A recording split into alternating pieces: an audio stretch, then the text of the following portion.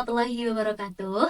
Selamat datang di Research Center 2024 episode 1. Kuatkan sinergi, kembangkan inovasi untuk generasi mendatang. Halo anak muda, apakah kamu pernah duduk di depan laptop dengan naskah yang seakan-akan punya sendiri ya kak ya? Tapi nggak tahu mau gerak di mana, atau mungkin kamu punya banyak ide, tapi nggak tahu tuh harus mulai dari mana. Tenang, kamu nggak sendiri. Saya, Lulinda Utami, bakal menemani kalian dalam perjalanan menaklukkan dunia tulis-menulis dari proses pencarian inspirasi, tips and trick, lalu tips-tips seru untuk lomba-lomba kepenulisan. Dan gak hanya itu nih, kita bakal ngobrol seru dengan salah satu penulis, mentor, dan salah satu alumni mahasiswa berprestasi dari program studi farmasi FKIK UIN Malang yang akan berbagi cerita di balik layar, rahasia kepenulisan, lalu plot twist seru dalam dunia kepenulisan. Seperti itu. Halo Kak Fitriani. Halo, Selamat datang dan terima kasih Kak sudah gabung di Research Center 2024 episode 1 ini Kak. Apa kabar nih Kak? alhamdulillah baik. Kabarnya Lulu Ya, sendiri gimana? Alhamdulillah baik ya Kak ya, tapi lagi pusing sama tugas-tugas Oh dalam gitu. organisasi Ya ya Kak. biasa kalau nggak pusing bukan Oh, mahasiswa ya. ya Alhamdulillah ya seperti itu. Lalu apa nih Kak kesibukan Kak Fitri hari-hari ini gitu akhir-akhir ini? Oke, aku izin Iya. memperkenalkan diri ya. Halo, anak muda semuanya. Perkenalkan namaku Fitriani, biasa dipanggil Fitri. Kesibukanku belakangan ini menjalani aktivitas ya sebagai mahasiswa program studi pendidikan profesi apoteker. Yang melihat ini tolong doakan aku ya. Semoga nanti prosesku sampai menjadi apoteker diberikan kelancaran. Kemudian juga aktivitasku yang lain, mentoring kepenulisan di platformku sendiri namanya Litra F. Kalau kalian punya Instagram boleh di-follow @litra.ef .ev ya. Kemudian selain mentoring juga pastinya prepare belajar untuk persiapan UKM PPAI dan ya kegiatan seperti ini menjadi narasumber, mengisi webinar dan lain sebagainya gitu. Side job lah ya.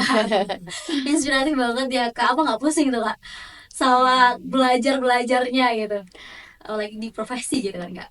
Nggak pusing sih sedikit ya, cuma menurutku better kita tuh istirahat dalam keadaan capek daripada kita tuh capek istirahat tapi nggak ngapa-ngapain gitu ya. Nah, betul banget asik. Nah, kali ini kan kita akan membahas mengenai kepenulisan nih Kak. Dan Akulah Muda ini perlu tahu bahwasannya Kak Fitri ini merupakan alumni Duta Kampus UIN Malang, penulis artikel dan buku ilmiah, founder dari Literation and Education Universe yang bisa dikenal dengan Litera EV ya Kak ya. Lalu mahasiswa yang lulus tanpa skripsi teman-teman. Lalu mahasiswa student exchange Turki, Malaysia, dan Singapura. Wow, keren banget ya Kak ya. Makasih. Pasti kayak nggak semua mahasiswa seperti itu gitu loh Kak. Gitu.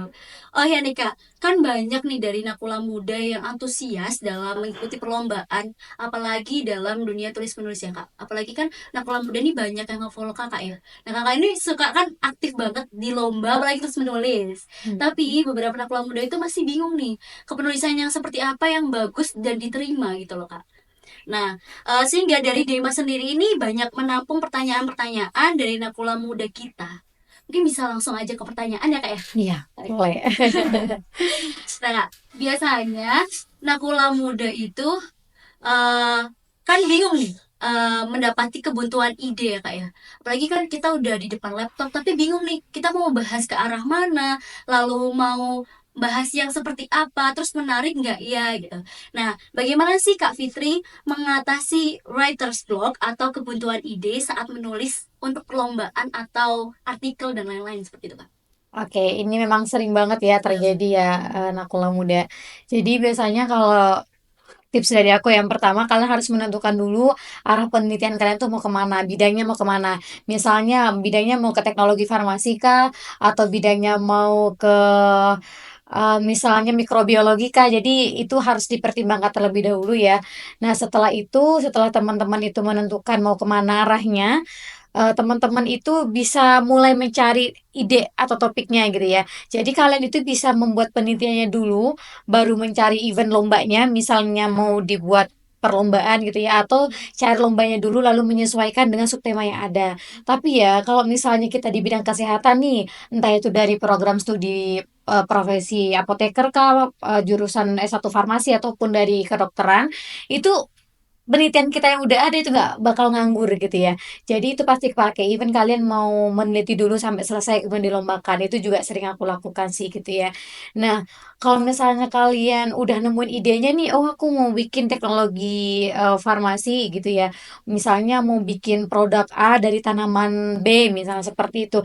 Nah kita tuh bisa mulai dulu, membuat rancangannya, membuat sub-sub pembahasan dari setiap part-nya gitu. Misalnya di introduction ini ya aku mau mengulik pembahasan tentang latar belakang yang aku angkat ini tentang A misalnya, kemudian B ini ingin membahas tentang ini poin-poinnya. Nanti setelah kita bikin poin-poinnya tuh, nah baru setelah itu kita bikin pengembangan dari setiap pembahasannya gitu. Tapi ada lagi orang yang membuat pembahasan itu sesuai dengan partnya diselesaikan dulu. Misalnya nih, introduction itu diselesaikan dulu, kemudian setelah itu baru bagian metode diselesaikan dulu, seperti itu. Nah, itu biasanya aku gitu Iya. ya. Tapi kalau misalnya kita tipe orang yang gampang ke distract gitu ya, nah better kita itu bikin bagannya terlebih dahulu. Nanti di introduction bahas ini, di metode bahas ini, seperti itu. Terus, alangkah baiknya nih teman-teman kalau misalnya kita memang mau membuat ide, udah menetapkan ide ke sana, kita tuh cross check dulu ini di Google udah ada belum gitu atau di Google Scholar udah ada belum yang udah bikin ini misalnya kita mau bikin teh anti aging misalnya dari bunga krisan oh udah ada yang pernah bikin nih berarti cancel. Nah bisa jadi kita pakai tanamannya untuk tujuan yang berbeda atau kita cari untuk tujuan yang berbeda tapi menggunakan tanaman yang untuk tujuan yang sama tapi menggunakan tanaman yang berbeda seperti itu. Oke Kak, Mas Wanda, intinya kita perlu menyiapkan outline terlebih dahulu ya Kak ya, kalau misalnya Betul. teman-teman nih masih bingung gitu ya Kak ya. Langsung Kak, kan biasanya itu beberapa orang itu berpendapat bahwasanya ada karya baik dan karya yang luar biasa. Nah, Mm-mm. menurut Kak Fitri sendiri, apa yang membedakan karya yang baik dengan karya yang luar biasa dalam sebuah kompetisi kepenulisan seperti itu Kak? Oke, menurutku karya yang baik itu ketika kita membuat suatu ide, tapi karya yang luar biasa itu ketika ide itu bisa kita implementasikan dalam waktu yang berkelanjutan, kayak gitu. Jadi ini credit point ketika kita membuat suatu penelitian yang itu ditujukan untuk lomba. Nah, lomba itu identik sama produk. Jadi kalau misalnya kita mau membuat suatu penelitian untuk lomba, jadi usahakan produknya itu ada. Nah, produk itu tidak hanya misalnya gini, kita mau bikin parfum, wujudnya parfum. Nah, tidak hanya soal itu. Jadi misalnya pun kita mau bikin media pembelajaran, jadi kita bisa showing, oh media pembelajarannya tuh ada ini, fiturnya ada ini gitu. Jadi apapun yang kita buat itu ada wujudnya, ada produknya seperti itu. Itu yang sering keliru ketika kita ikut lomba gitu ya. Iya betul. Padahal semakin kita bisa showing produknya, showing kalau misalnya produk itu memang layak untuk dipasarkan itu credit point-nya besar banget. Dan menurutku ketika aku menang lomba KTI ataupun esai ya misalnya, itu bukan berarti produkku atau ideku itu paling bagus, enggak. Tapi mungkin karena memang faktor kesiapan ideku itu jauh lebih banyak daripada teman-temanku yang lain. Misalnya aku selalu menyiapkan packaging kemasannya, packaging dari produknya itu baik gitu ya, kayak bener-bener produk yang udah siap, dipasarkan, kemudian berkas-berkas, legalitasnya selalu aku siapkan misalnya seperti haki, ada satu produk untuk lomba yang itu udah aku siapkan juga sertifikat halalnya kayak NIB, kemudian SPPIRT kalau misalnya produk pangan itu aku siapkan, aku benar-benar menyiapkan itu dengan proper kayak gitu. Jadi itu yang membedakan ya mana penelitian yang baik, mana penelitian yang luar biasa. Ketika kita bisa memberikan impact yang luas ya untuk siapapun nanti yang bakal mengkonsumsinya eh, untuk masyarakat gitu ya, itu namanya penelitian yang luar biasa gitu. Oke, berarti kita tentunya perlu membuat penelitian yang memang bermanfaat untuk semuanya ya Kak ya, bukan Betul, hanya baik saja gitu ya Kak ya. betul. Oke Kak, kan biasanya itu di awal-awal kepenulisan atau kompetensi itu kan kita disuruh untuk setor atau submit abstrak ya Kak. Nah, Mm-mm. abstrak itu kan biasanya teman-teman tuh bingung. Abstrak itu harus deskriptif apa informatif seperti itu, Kak. Nah, menurut Kak Vita sendiri, apa sih perbedaan antara abstrak deskriptif dan abstrak informatif dalam penulisan jurnal? Lalu di dalam lomba itu ada baiknya pakai yang mana seperti itu, Kak? Oke, jadi menurutku ya, abstrak itu kan adalah ringkasan dari setiap part di karya kita. Jadi abstrak itu berisi ringkasan dari introduction atau latar belakang ya atau pendahuluan, kemudian ringkasan dari metode, ringkasan dari hasil dan pembahasan dan ringkasan dari kesimpulan. Nah, yang sering keliru ini kebanyakan orang itu menyamakan antara kesimpulan dan abstrak, padahal itu jauh banget berbeda gitu ya. Mau pakai abstrak deskriptif atau informatif Iya ya. betul. Nah, itu menurutku tergantung sama substansi dari penelitian kita. Kalau misalnya penelitian kita memang deskriptif ya sudah menggunakan deskriptif, kalau misalnya memang informatif ya sudah gunakan informatif. Yang jelas abstrak itu harus menggambarkan keseluruhan isi penelitiannya kita gitu. Karena ketika kita membaca suatu karya tulis, pasti yang kita baca terlebih dahulu itu adalah abstraknya. Iya Kalau betul. misalnya abstraknya udah nggak menarik ya siapa yang mau baca kayak gitu Iya. kan. Jadi intinya sesuaikan sama isi penelitiannya kayak gitu sih. Betul, Kak. Kan biasanya kalau misalnya di penelitian atau kita ikut lomba LKTI itu, Kak, kan kita biasanya banyak-banyak baca jurnal ya, Kak, ya. Tapi Mhm, kita bingung nih keyword yang mana yang efektif gitu kan, Kak, ya. Nah, mhm, bagaimana sih strategi atau memilih langkah-langkah dari Kak Fitri sendiri, memilih mhm. langkah-langkah keyword yang efektif seperti itu?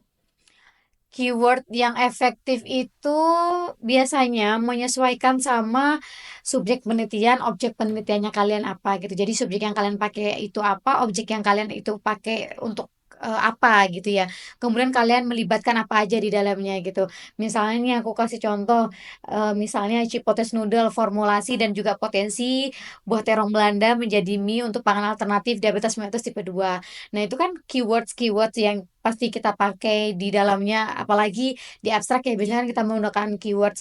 Ya berarti keywords yang memang itu adalah kunci dari penelitiannya kita. Otomatis ada apa di dalamnya? Ada tentang buah terong Belandanya pasti ya. Kemudian eh, mie, Mhm. kemudian diabetes mellitus itu Iya. pasti. Jadi gunakanlah keywords yang memang itu menjadi kunci dari penelitiannya gitu. Tipsnya ya kita harus bisa mengenali penelitian kita itu apa, isinya itu tentang apa aja gitu ya. Biasanya banyak-banyak lihat judulnya sih, judulnya kita tuh ngarah kemana kayak gitu ya, baru kita bisa menentukan keywordsnya. Jangan sampai judulnya apa, keywordsnya kemana Iya gitu ya. betul. Maksudnya teman-teman kayak agak bingung gitu ya, kayak Nah, misal apa pengaruh gitu, pengaruhnya dijadiin keyword seperti itu kan kayak iya, agak tidak tidak efektif gitu, Kak, iya. ya. Jadi biasanya subjek, objek, metode yang kita pakai kayak gitu ya. Subjek itu kan biasanya entah kita menggunakan tanaman apa, metode itu biasanya kita menggunakan metode apa yang yang kita highlight misalnya metodenya network farmakologi gitu ya. Kemudian objeknya itu untuk apa? Diabetes mellitus, kemudian pangan alternatif kayak gitu. Hmm. Baik baik, Kak. Bagus banget ya, Kak, ya. Hmm. Saya jadi nambah informasi nih karena saya juga ada kepeminatan di bidang kepenulisan seperti itu. Harus, ya itu harus ya karena sekarang tuh nggak bisa dipungkiri kepenulisan itu memang selalu terlibat dalam kehidupan kita ya even kita kerja pun di industri misalnya contoh sederhana kalau misalnya kita di R&D kita pasti nggak jauh-jauh dari riset gitu ya kalau misalnya kita lomba ya pasti harus riset kita jadi dosen pun kita Mhm. harus melakukan penelitian publikasi ilmiah kayak gitu. Betul betul, Kak. Nah, Kak, kan biasanya itu dari teman-teman mahasiswa tuh bingung nih, Kak. Tulisan kita tuh menarik gak sih buat Mm. dibaca oleh juri atau audiens gitu, Kak. Nah, menurut Kak Fitri sendiri itu apa sih strategi yang dapat digunakan penulis untuk memastikan pesan mereka itu diterima oleh dengan baik oleh juri atau audiens seperti itu, Kak?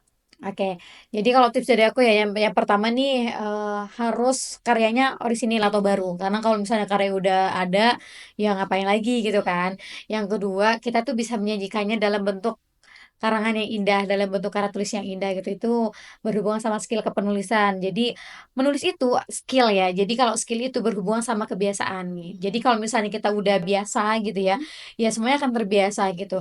Jadi kita tuh kalau di kepenulisan kita nggak bisa hanya melihat teorinya, belajar teorinya. Begitupun kalau misalnya aku ngajar atau jadi mentoring ya biasanya aku bilang sama mereka, kalian kalau hanya mendengarkan aku bicara, aku jamin kalian nggak bakal ngerti atau kalian nggak bakal tahu kalian ngertinya sampai mana. Kecuali kalian praktek. Makanya biasanya kalau misalnya aku jadi mentoring, jadi mentor gitu ya, mereka tuh aku sarankan untuk praktek. Jadi kita koreksi bareng nanti di next pertemuan seperti itu ya. Kemudian setelah itu setelah praktek dibiasakan tips yang lain itu adalah kita bisa mendeskripsikan ya, bisa menyampaikan pesan di dalamnya itu bagaimana yang pertama implementasi dari idenya, yang kedua contoh relevan dari implementasi idenya tersebut, yang ketiga pihak mana saja yang terlibat dalam implementasi ide kita, yang keempat itu adalah bagaimana ide kita itu bisa berlanjut. Dan itu selalu aku bilang wajib dan usahakan ada setiap penelitian kita di hasil dan pembahasan. Jadi kita definisikan ide kita tuh apa sih gitu kan ya. Misalnya nih kita mau bikin ide kita itu brandnya kayak tadi Cipates Noodle. Cipates Noodle itu apa gitu, definisikan. Kemudian implementasinya gimana. Berarti kalau implementasi suatu produk ada alat dan bahan, kemudian formulasi gitu ya. Terus uji-uji yang kita lakukan itu apa. Setelah itu aspek-aspek apa yang kita gunakan supaya itu nanti berkelanjutan. Oh, misalnya nanti kita ke depan akan menjalin hubungan kerjasama dengan petani untuk memberikan suplai terong Belanda, misalnya seperti itu. Kemudian yang lain eh, aspek-aspek kontinuitas atau keberlanjutan atau sustainable yang lain gitu ya. Misalnya bekerja sama dengan pihak UMKM untuk memasarkan produknya seperti itu. Jadi aspek-aspek itu yang memang perlu diperhatikan. Jadi kalau misalnya kita menulis itu, kita tuh seperti bercerita. Kita tuh mau bikin produk, produknya itu ada wujudnya seperti itu. Jadi tidak boleh hanya kita mau bikin ini hasilnya ini, buktinya mana kayak gitu ya. Jadi itu juga harus perlu diperhatikan. Sama itu lagi daftar pustaka. Sitasi itu sangat penting ya menurutku karena sitasi itu ibaratnya validasi dari karya tulis kita. Jadi kalau misalnya sitasi yang kita pakai itu atau daftar pustaka atau tinjauan pustaka yang kita pakai itu sudah lampau banget ya kayak dari tahun 1900 gitu ya. Ya orang juga ini udah lampau banget, siapa tahu udah ada penelitian terbaru yang sifatnya kontradiktif sama yang sudah kita pakai gitu ya. Jadi itu juga yang harus dipertimbangkan. Ya, sekarang itu penelitian udah beribu-ribu ya. Jadi kita pakailah sitasi yang terbaru. Maksimal banget mungkin 10 tahun terakhir lah ya. Jangan yang tahun 1900 atau tahun 2010 ke bawah ya. Kalau aku pengujinya, nggak penguji, aku strict biasanya sih bilang ke teman-teman yang ke aku tuh revisi kayak gitu. Jadi sebelum disetrikin sama dosen, mendingan disetrikin sama aku dulu ya gitu. Daripada disetrikin sama dosen nilainya langsung berkurang kan gitu. Jadi itu harus dibiasakan gitu sih. Benar-benar Kak, bagus banget ya Kak. Terus kan sekarang itu di dunia serba teknologi ya Kak. Nah, dari Kak Fitri sendiri itu bagaimana sih dampak teknologi dalam dunia penulisan? Kita perlu nggak sih pakai teknologi itu atau nggak perlu, atau kita langsung manual nih dari otak kita gitu Kak? Teknologi itu penting untuk digunakan ya.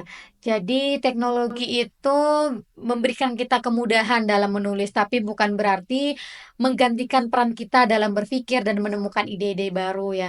Misalnya ya singkat saja seperti sekarang orang-orang kan bikin latar belakang tentang judul ini gitu ya. Ya kita sebut merek aja ChatGPT dia AI. Siapa sih yang nggak pakai AI? Nggak apa-apa. Bahkan aku di kelas kepenulisan itu selalu memberikan rekomendasi AI yang bisa mereka pakai, tapi bukan seperti itu caranya gitu. Jadi AI yang bisa kita pakai itu yang memudahkan kita dalam menulis.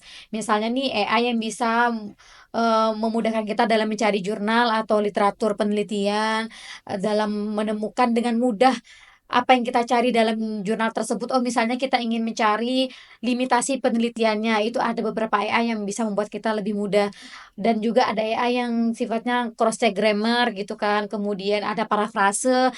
Nah, why not kita menggunakan itu, yang itu kan memudahkan gitu ya, daripada kita asal menjiplak dan kita parafrasenya lama gitu ya. Mending kita parafrase dipakai AI, tapi kita filter lagi, kita lihat lagi oh ini sesuai enggak gitu. Terus AI yang lain contohnya kayak Research Rabbit itu kan memudahkan kita banget ya untuk literatur review, karena di situ tuh kita bisa menghimpun banyak literatur penelitian dalam sekali cari gitu ya. Terus kayak Mendeley itu kan masuk teknologi ya yang memang itu sifatnya wajib sekarang digunakan ya dalam kepenulisan daftar pustaka. Kalau nggak pakai Mendeley atau kayak Zotero gitu bisa kena plagiarism atau Turnitin gitu. Jadi bisa kita menggunakan AI karena memang teknologi berkembang, masa kita mau pakai manual. Tapi jangan jadikan AI itu sebagai pengganti peran kita dalam berpikir, karena sepintar apapun AI pasti lebih pintar manusia gitu ya. Karena kita yang dianugerahi otaknya ya, Benar, dan dari AI benar. sendiri kan yang ngatur juga manusia ya Kak. Benar, benar banget, benar banget. Nah Kak, kan Kak Fitri sendiri itu mahasiswa berprestasi dan lulus tanpa skripsi ya Kak ya. Mm-mm. Nah, mungkin dari beberapa mahasiswa nih banyak yang kepo nih Kak, bagaimana sih publikasi jurnal yang bereputasi tinggi itu gimana? Kok bisa sih Kak Fitri ini bisa di approve gitu Kak?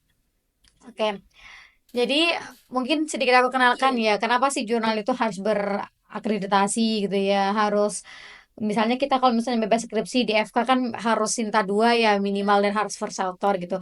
Karena semakin bagus akreditasinya jurnal itu semakin ketat juga proses seleksi jurnalnya gitu ya.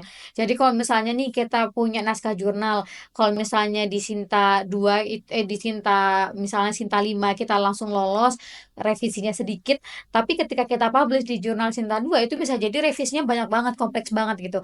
Karena semakin tinggi Sintanya, semakin bagus Sintanya, itu koreksinya makin ketat gitu ya.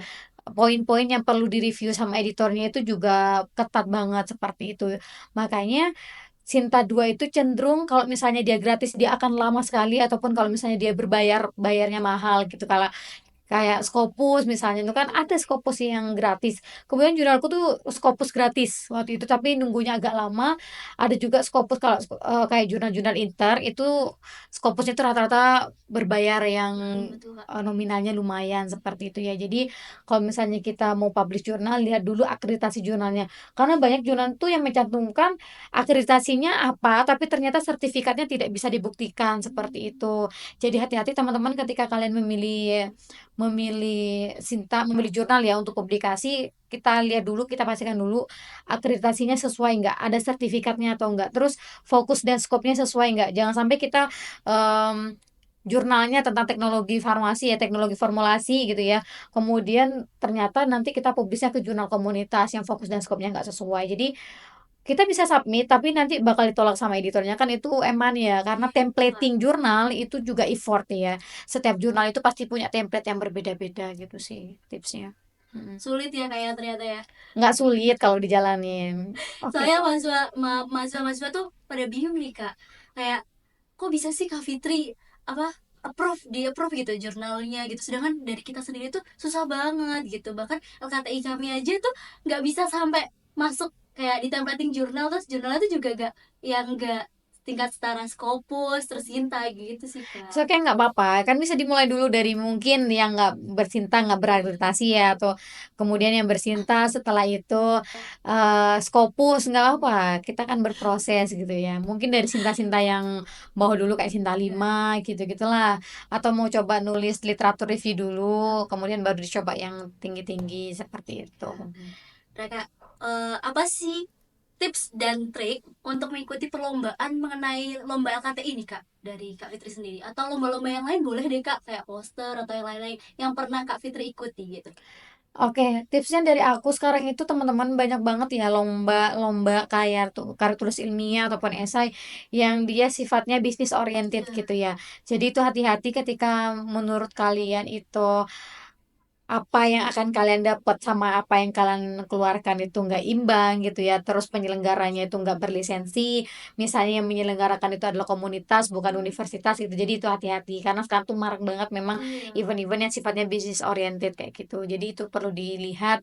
Kemudian nanti kalian dapat apa gitu ya. Ya nggak boleh dipungkiri lah kita ikut lomba kan pengen menang ya. Betul. Pengalaman sama relasi tuh ikut. Tapi ketika kita ikut lomba kita tuh pengen menang dapat hadiah dapat duit ya kalau misalnya eh privilege-nya Benar. dapat uang gitu ya, dapat trofi misalnya seperti itu.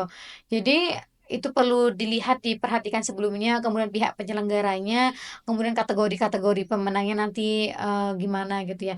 Terus kalau misalnya memang ekspektasinya teman-teman untuk hadiah, jadi ya lihat juga hadiahnya nanti apa seperti itu. Sekarang tuh juga banyak lomba-lomba yang komitmen fee-nya tuh mahal banget, bahkan mahalnya tuh melebihi sama uang yang diterima menangnya gitu ya. Kalau misalnya kita menang. Soalnya ini bicara berdasarkan Iya. pengalaman ya. Betul betul Kak. Uang pendaftarnya berapa, menang juara satu, uangnya ya gitulah ya. Terus setelah itu eh lihat juga penyelenggaranya lagi, balik lagi ya. Kalau penyelenggara komunitas ya better jangan dulu gitu ya. Kemudian penyelenggaraannya di mana, terus setelah itu aspek-aspek apa lagi ya yang perlu diperhatikan? Mungkin bidangnya ya, bidang kita sesuai atau tidak seperti itu ya. Banyak banget sekarang event lomba tuh yang semuanya yang ikut itu dikasih medali gitu ya. Jadi Betul Kak, betul. tinggal kita rebutan medali apa aja ya, medali emas kah, apa medali medali perak kah, apa medali apa namanya? Bronze. Iya, bronze gitu kan. Berarti sebenarnya dapat ya Kak ya yang bronze Mhm, itu bener bener gimana tuh bener. Kak? Ya, tergantung kita lagi sih kalau misalnya kita memang ingin privilege-nya, kata menangnya doang gitu ya, ya it's okay nggak apa-apa. Tapi kalau misalnya, atau mungkin kita pengen coba-coba aja gitu ya, it's okay nggak apa-apa jadiin pengalaman. Tapi nanti seiring berjalannya waktu kita mengembangkan diri, cari lomba-lomba yang memang memiliki apa ya, kapabilitas yang bagus, memiliki, ter-framing yang bagus di masyarakat, seperti itu. Oke Kak, baik banget nih tips and triknya buat nakula muda yang tanya-tanya kan sampai detail banget sih Kak. Mhm. Karena kepo banget, kok bisa sih Kak Fitri gitu. Kok bisa sih Kak Fitri kayak gitu, kok aku nggak bisa sih, aku udah nyoba kok nggak bisa kayak gitu gitu loh Kak. Nah Kak, salah satu masalah yang lagi marak saat ini di kalangan mahasiswa itu, maaf ya Kak, menggunakan jasa kepenulisan nih Kak. Nah, Mhm. bagaimana sih tanggapan Kak Fitri mengenai hal tersebut? Lalu apakah layanan penulisan atau jasa kepenulisan seperti itu dianggap sebagai kecurangan atau tidak? Jasa kepenulisan kalau misalnya full banget ya, Hmm. menurutku sudah bisa dibilang kecurangan ya. Jadi karena kita meng-approve hasil pekerjaannya orang lain meskipun kita usaha, Iya, misalnya betul banget. kita bayar seperti itu gitu ya. Mm-mm. Kemudian eh kalau misalnya pun kita sifatnya minta bimbingan itu masih boleh ya. Iya, Jadi betul banget Kak. seperti platformku tuh sebenarnya dia membuka peluang buat teman-teman yang nulis tapi bingung ini tulisannya udah bener Iya, nggak ya gitu. Sedangkan misalnya kita menemui dosen pun sungkan kalau misalnya mau revisi dikit-dikit aja atau betul konsultasi betul dikit-dikit betul aja. banget Kak. Terus misalnya dosennya punya waktu nggak kayak gitu Iya. kan. Jadi itu sebagai wadah gitu ya. Nah, Untuk membantu teman-teman dalam kepenulisan gitu ya. Misalnya mau bimbingan, jadi tetap teman-teman bikin karya dulu nanti bimbingan gitu. Tapi kalau udah ranahnya ke jasa kepenulisan, jadi ya bisa dibilang kecurangan gimana ya ngomongnya ya memang orang lain yang mengerjakan gitu benar kan. banget. Dan orang yang mengerjakan pun belum tentu mau mengajari orang yang minta bantuan Betul betul gitu. sekali Nah, Kak, betul. kecuali nih misalnya udah minta jasa kepenulisan, oke lah, terus nanti adain mentoring kelas, terus dikasih tahu ini loh nanti dijelasin hasil tulisannya seperti apa. Jadi yang nerima sama yang nulis itu juga sama-sama ngerti. Tapi ya semengerti gimana pun ya orang yang nerima pasti lebih ngerti orang yang nulis dan tahu Betul betul betul prosesnya banget gitu Kak, sih. bener banget. Jadi kalau bisa janganlah apalagi Iya, mahasiswa mau ngapain sih kalau bener bener banget. mau udah dikit-dikit joki gitu ya. Iya. Kan pastinya kita juga perlu bimbingan ya Kak, apalagi kalau misalnya revisi Mm-mm. dikit atau salah dikit kan kita nggak tahu ya Kak, tapi Mm-mm. dosanya susah ditemui gitu kan Kak ya. Betul. Jadi ada baiknya kayak minta bimbingan ke yang lebih ahli seperti itu. Lalu Kak, next nih untuk pertanyaan terakhir karena waktunya udah mau selesai nih. Mm-mm. Nah, bagaimana etika dalam kepenulisan karya ilmiah terkait hak cipta, terutama jika karya tersebut bukan merupakan hasil orisinil seperti itu Kak? Bukan hasil orisinil Ya, maksudnya gimana? jadi Hmm. dari penulisnya itu bukan yang nulis gitu Kak. Ibaratnya kayak tadi ada pengguna joki gitu Kak. Terus kan pastinya daftarin hak cipta gitu loh Kak. Oke. Hmm, Jadi kalau misalnya kita menjiplak karya orang lain itu udah sifatnya plagiat ya. Jadi sebenarnya plagiat itu ada undang-undangnya tersendiri, undang-undang hak cipta. Dan itu pentingnya juga kenapa sih kita memang perlu menghakikan karya kita gitu ya.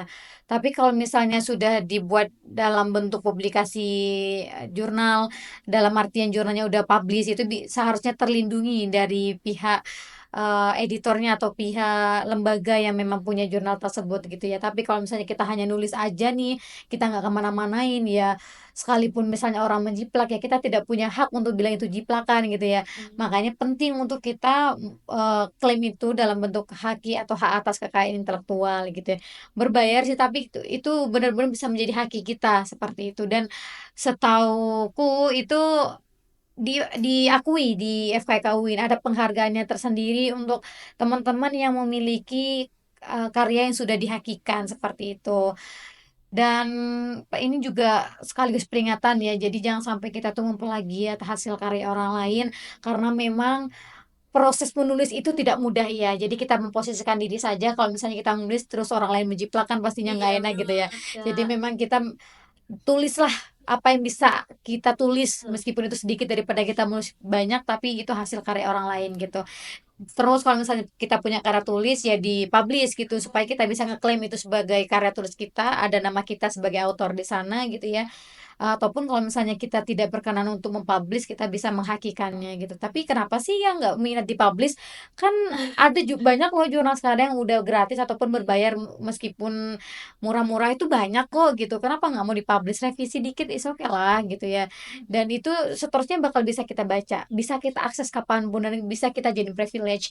Even kita mau interview kerja misalnya, oh ini loh prestasinya seperti itu. Kenapa nggak mau dipublish ya? Is okay. Bisa nambah prestasi di LinkedIn ya Kak Bener, ya. bener banget, heeh. Pasti LinkedIn-nya Kak Fitri itu udah lengkap banget, Oh banyak-banyak enggak, prestasi. enggak, lama nggak diupdate. Sebenarnya kami masih pengen banget ngobrol panjang nih Kak mengenai dunia penulisan saya, kan waktunya udah selesai nih sehingga kita harus pamit. Terima kasih banyak Kak Fitri sudah meluangkan waktu untuk Research Center episode 1 nih yang luar biasa tentang kepenulisan. Dan terakhir nih Kak, dari Kak Fitri bisa memberikan kata-kata atau motivasi atau pesan singkat buat nakula muda. Oke. Bisa. Oke, aku punya quotes hari ini buat Hmm? teman-teman, buat nakula muda semuanya. Memang baik untuk memiliki ide yang brilian, tapi akan lebih baik lagi ketika kita mampu membuatnya menjadi kenyataan. Jadi ketika teman-teman punya ide nih, jangan sampai ide itu hanya nyangkut di kepala aja, tapi kita implementasikan dalam ide-ide yang cemerlang dalam bentuk produk yang bisa kita showing ke banyak orang, yang bisa bermanfaat juga untuk banyak orang, seperti itu. Kemudian dalam menulis, jangan hanya melihat apakah karya tulis kita itu bisa sampai selesai, tapi kita juga lihat apakah karya tulis kita itu bisa relevan, bisa kita implementasikan, dan bisa memenuhi aspek-aspek sustainable atau keberlanjutan. Sehingga nanti manfaatnya bisa dirasakan oleh banyak orang dalam waktu yang sangat panjang, bahkan tanpa batas waktu, seperti itu. Jangan malu untuk menulis, kita bisa start mulai besok karena hari ini kita sudah belajar. Kurang dan lebihnya saya mohon maaf untuk hari ini, dan kita sampai ketemu lagi di pertemuan yang lebih baik ya Iya. tentunya. Terima kasih banyak untuk teman-teman dari DEMA FIK Win Malang untuk waktu dan kesempatannya. Semoga hal-hal yang sedikit ini bisa memberikan manfaat untuk banyak orang. Manfaat banget pastinya Kak. Oke, nakula muda jangan lupa ya buat yang kepo tentang podcast kita hari ini bisa follow IG-nya Kak Fitri, lalu follow IG Dema, lalu subscribe YouTube-nya Dema. Terus Kak Fitri punya YouTube? Mungkin bisa. Rahasia. Oke, jangan lupa ya teman-teman, tetap stay tune di channel Dema. Oke, saya Linda Utami selaku host Research Center 2024 episode 1 pamit undur diri. Wassalamualaikum warahmatullahi wabarakatuh. Sampai jumpa di episode selanjutnya.